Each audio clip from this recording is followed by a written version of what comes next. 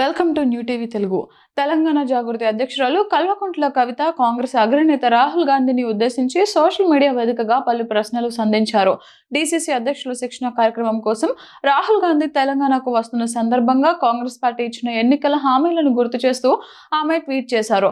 రాహుల్ గాంధీజీ 2 लाख నౌకరీ దో అంటూ విమర్శలు గుప్పించారు.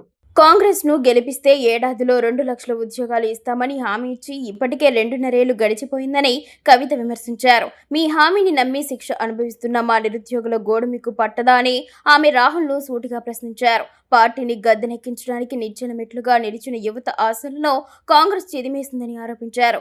ఉద్యోగాలు అడిగితే పోలీసులతో అణిచివేస్తున్నారని ఆమె మండిపడ్డారు. యూత్ డిక్లరేషన్ బోగస్ గా మారిందని, జాబ్ క్యాలెండర్ అడ్రస్ లేకుండా పోయిందని కవిత విమర్శించారు. కాంగ్రెస్ అంటేనే మోసం, వంచన అనే మాటను నిలబెట్టుకుందని ఆమె వ్యాఖ్యానించారు. తెలంగాణ పోరాటాల పురిటి గడ్డ అని గుర్తు చేసిన కవిత ఇచ్చిన హామీని నిలబెట్టుకుని 2 లక్షల ఉద్యోగాల భర్తీ ప్రక్రియను వెంటనే అమలు చేయించాలని రాహుల్ గాంధీని డిమాండ్ చేశారు.